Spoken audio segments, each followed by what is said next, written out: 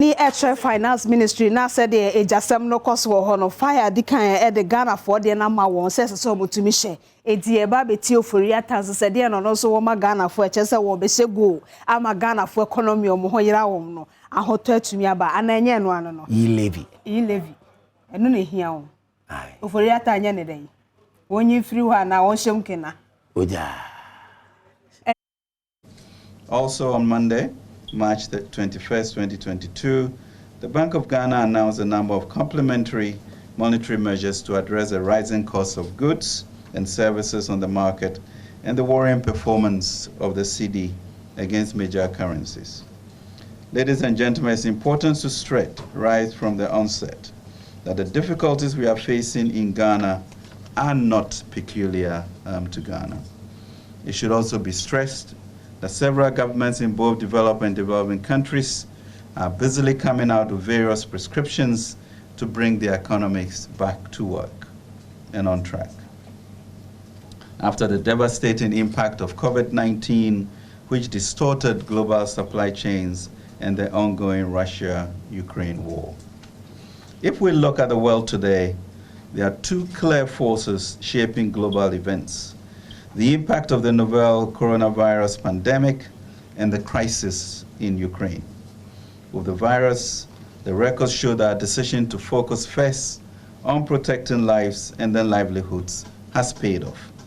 By February, globally, some 7.03% of those infected by COVID-19 had died.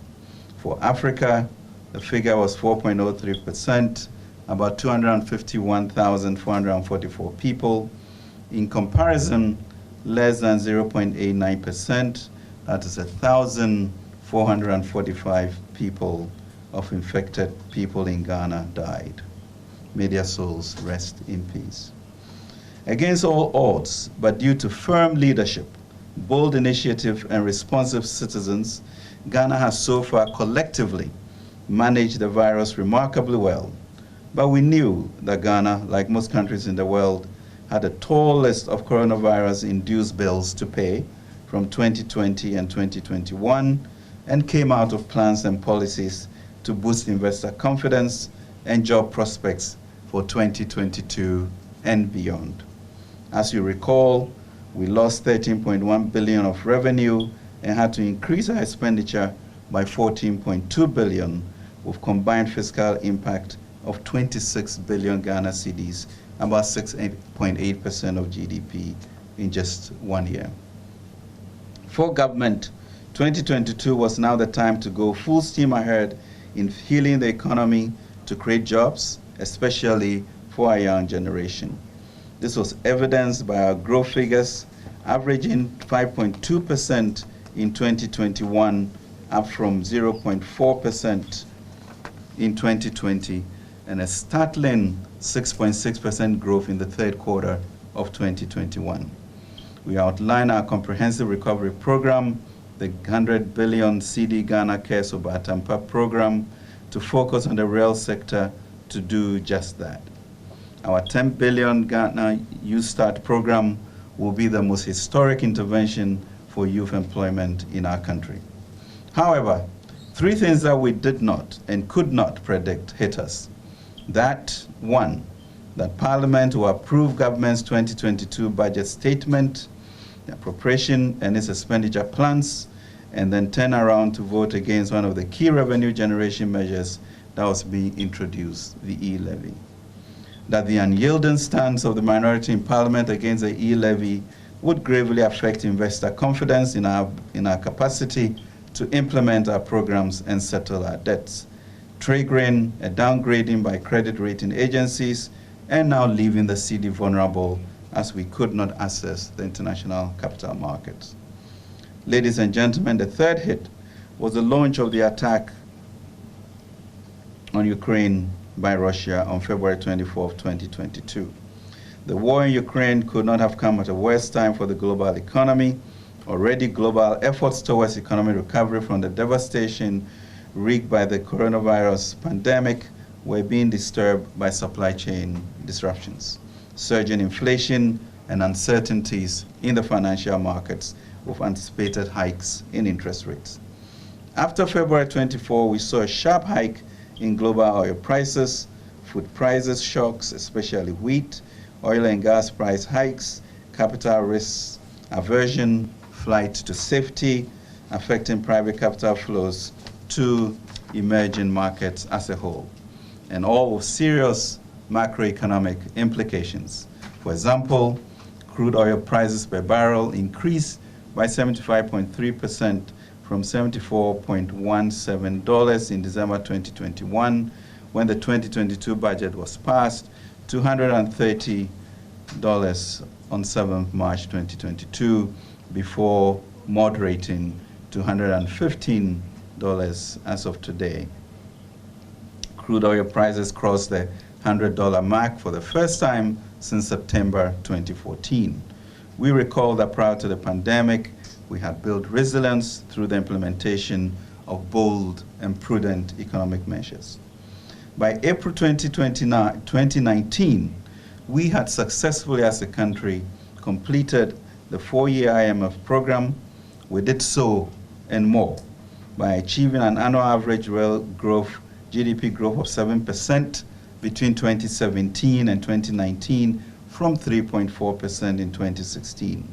Maintaining a fiscal deficit below 5% of GDP for 3 consecutive years, maintaining a positive primary balance for 3 consecutive years, which put our debt on a sustainable path, lowering lending rates by over 10 percentage points, restructuring the banking sector to protect the savings of 4.6 million depositors, and strengthening the financial sector. So far, government has spent over $25 billion since 2018 to clean up the financial sector, reducing inflation from 15.4% in December 2016 to 7.6% in 2019, and preserving the integrity of the local industry. Improving gross international reserves to reach 8.6 billion, or about 4 months of import cover by 2020. Introducing the most ambitious social welfare policy ever seen in our country, the Free SHS program. Constructing and rehabilitating more roads, cumulative of about 6,250 kilometers, completing 6 of 11 interchanges and flyovers, more than any other government in our history. Employing more new teachers, nurses, doctors, agri extension officers, and young graduates than any government in our history. Saving the entire financial sector from inherited, neglected crises that has cost government some 25 billion so far. Instigating more value for money audits on public procurements than any government in our history, and investing more resources in the police, military, governance, and anti-corruption institutions than ever before. It is this proven record of fixing what is broken that gave the MPP government the confidence to tackle head-on the devastation unleashed by COVID-19. And it is the same can-do and will-do attitude that gives us hope that we will overcome the current crisis. We are not a people to bow to the spirit of despondency and despair. As well as threatening global peace, the war in Ukraine has had far-reaching impact. We do not know how long the conflict will last, but it is clear that it has already forced many countries in Europe and beyond to adjust their economic plans for 2022, and Africa is likely to be amongst the worst hit outside of Ukraine. UNTAC's rapid assessment of the war's impact on trade and development shows a rapidly worsening outlook for the world economy, with the situation especially alarming for African countries. The Russia-Ukraine war has also compounded the global supply chain and trade disruptions brought about by COVID-19 pandemic, as well as adversely impacted the dreaded 3 Fs: food security, fuel price escalation, and financing conditions. That's impacting living conditions with the capacity to derail global recovery efforts in 2022 and beyond. Global inflation trending upwards has led to central banks raising interest rates globally, resulting in tight financing conditions and reversal of capital inflows, especially to emerging markets.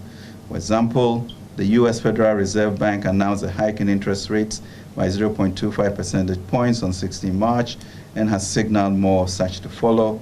Similarly, the Bank of England has raised its policy rate by another 25 basis points to 0.75% on 17th March 2022. We've seen the highest inflation in US, UK, Germany, and other advanced countries since 1974. The US's inflation increased by 6.5 percentage points from 1.4% in January 2022 to 7.9% in February 2022. Similarly, inflation in Germany increased by 4.1 percentage points from 1% in January 2022 to 5.1% in February 2022. Since the COVID-19 pandemic struck, more than 60% of African sovereigns have suffered downgrades across the region. Ghana witnessed a downgrade from Fitch on 21st January 2022 to B- with a negative outlook, while Moody's downgraded Ghana to Caa1 with a stable outlook on 4 February 2022, even though S&P affirmed Ghana's rating at B- with a stable outlook on 7 February 2022.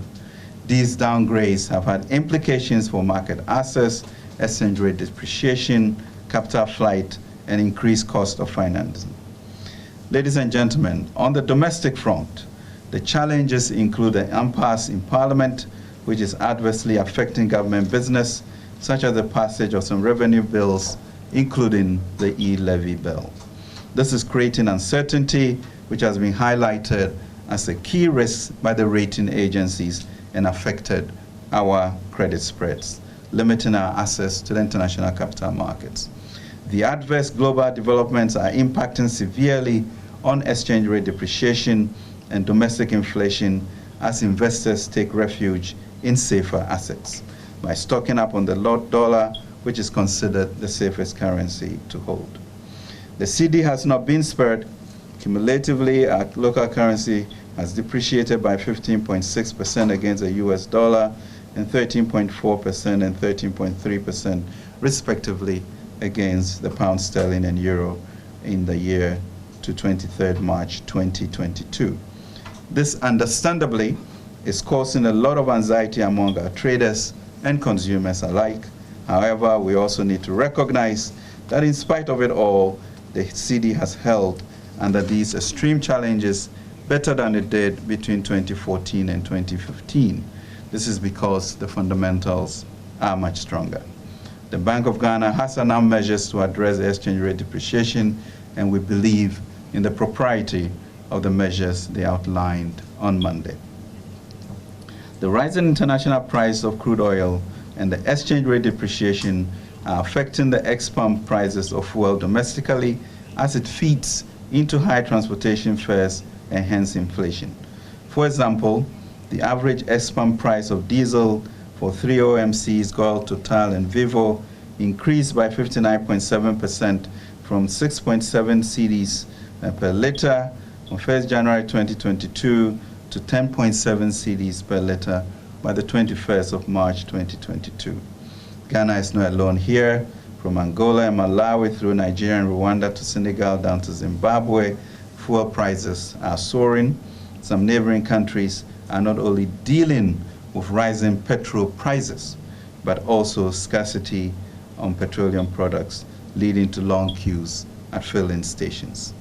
It remains the case, however, that one of the biggest drivers of price increases in goods and services in Ghana is fuel price hike.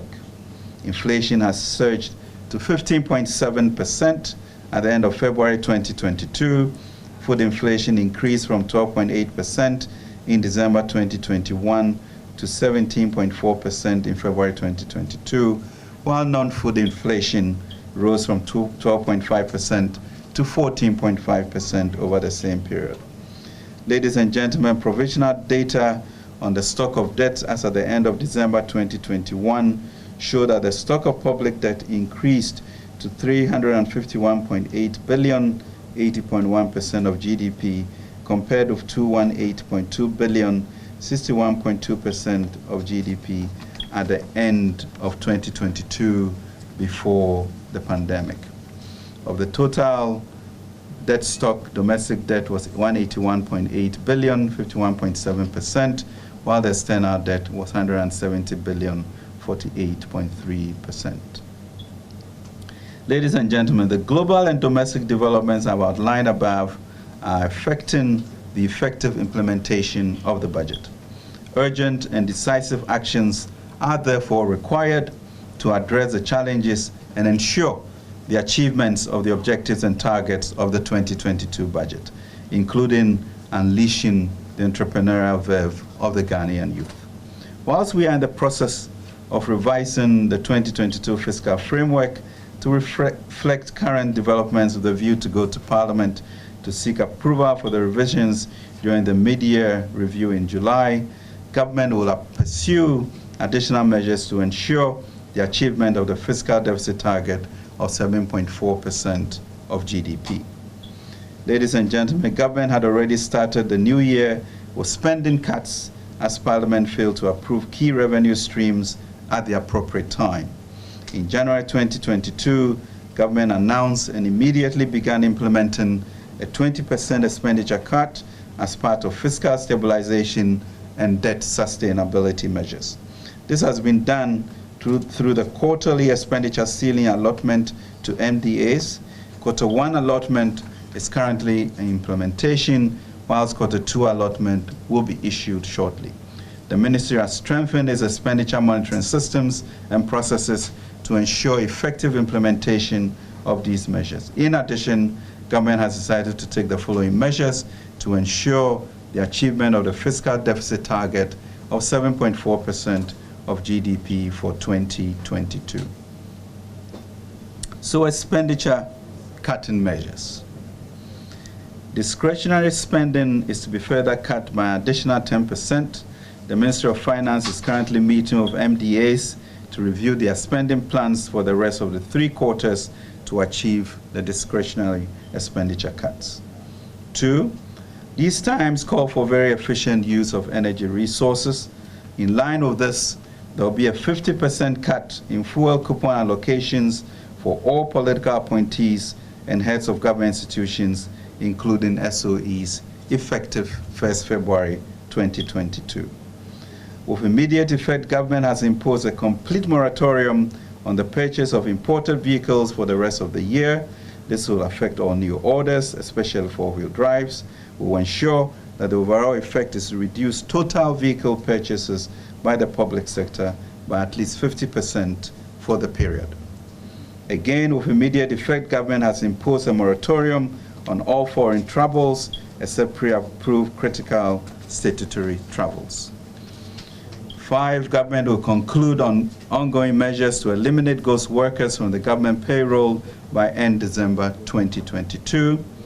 Government will conclude the renegotiations of the energy sector IPP's capacity charges by end of quarter 3 2022 to further reduce excess capacity payments by 20% to generate a total savings of 1.5 billion Ghana cedis. We will impose a moratorium on establishment of new public sector institutions by end of April 2022, prioritize ongoing public projects over new projects. This is to enhance the efficient use of limited public funds over the period by finishing ongoing or stalled but approved projects. Reduce expenditure on all meetings and conferences by 50% effective immediately. Pursue a comprehensive reprofiling strategies to reduce the interest expense burden on the fiscal, and liaise with organized labor and employers association to implement with immediate effect the measures captured in the Kwao Declaration of the 2022 National Labor Conference, including reforms towards addressing salary inequities, inequalities, example Article 71, office holders. The weak link between pay to productivity and sustainability of the payroll. Let me say this, President Akufo-Addo has absolutely no intention to roll back on any major policy like the free SHS. We see education as the best enabler for sustainable economic growth and transformation and social mobility, and will do more to improve on it. for it to serve more and better our children. Ladies and gentlemen, in addition, and finally, government approved the ministers and the heads of SOEs to contribute to cut 30% of their salaries from April to December 2022 to the Consolidated Fund. We would like to thank the Council of State in their leadership in complementing the government policy on this. All of these measures, ladies and gentlemen, are aimed at ensuring that we achieve the 7.4 deficit target set in the 2022 budget. Fuel price mitigation measures.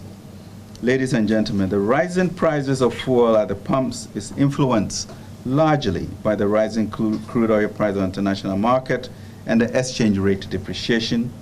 Though the rise in crude oil prices should have been to our benefit on net basis, Ghana's import of petroleum products amounts to 5.2 times the value of proceeds from its crude oil exports. In 2021, for example, we exported $3.947 billion of crude, of which Ghana's portion was $513 million. However, we imported $2,719 of crude and finished products. So the purported windfall gain in foreign exchange is quite a mirage. From January to date, the average export price of diesel and petrol have increased by 57% and 45% respectively. Unlike in other countries where the hike in crude oil prices and exchange rate volatility are leading to shortages in supply of petroleum products, government is implementing measures to guarantee constant supply of petroleum products. To mitigate the impact of the rising price of petroleum products at the pump for the next 3 months, government has decided to reduce margins in petroleum price build-up by a total of 15 pesos per litre with effect from 1st April. The details are as follows. Bus margin reduced by 2 pesos per litre, Unified Petroleum Price and Fund margin reduced by 9 pesos per litre, fuel margin reduced by 1 peso per litre, primary distribution margin reduced by 3 pesos per litre. Ladies and gentlemen, these reductions in margins are expected to reduce prices of petrol by 1.6% and diesel by 1.4%. We anticipate that the measures taken to strengthen the currency will help further stabilize the prices at the pump. Ladies and gentlemen, in addition, the NPA and the Ministry of Energy are in discussions with the OMCs to reduce their margins within the spirit of burden sharing. The government will do all it can to ensure consistent supply of fuel and manage the rate of export price increase by ensuring that the Bank of Ghana has access to adequate foreign exchange to support this. Revenue measures. Ladies and gentlemen, cutting down on expenditures alone will not be enough. Our focus is therefore twofold: to control expenditure and to raise more revenue domestically. As such, we will therefore begin the implementation and collection of the revised property rate by end of April 2022. We will implement the e-VAT, e-commerce, and e-gaming initiatives by end of April 2022. We will roll out a simplified tax filing mobile application for all eligible taxpayers by July 2022. We will impress upon Parliament to fast-track the passage of the e-levy bill, tax exemptions bill, and fees and charges bill. Prioritize the revenue assurance compliance and enforcement program, the RACE program,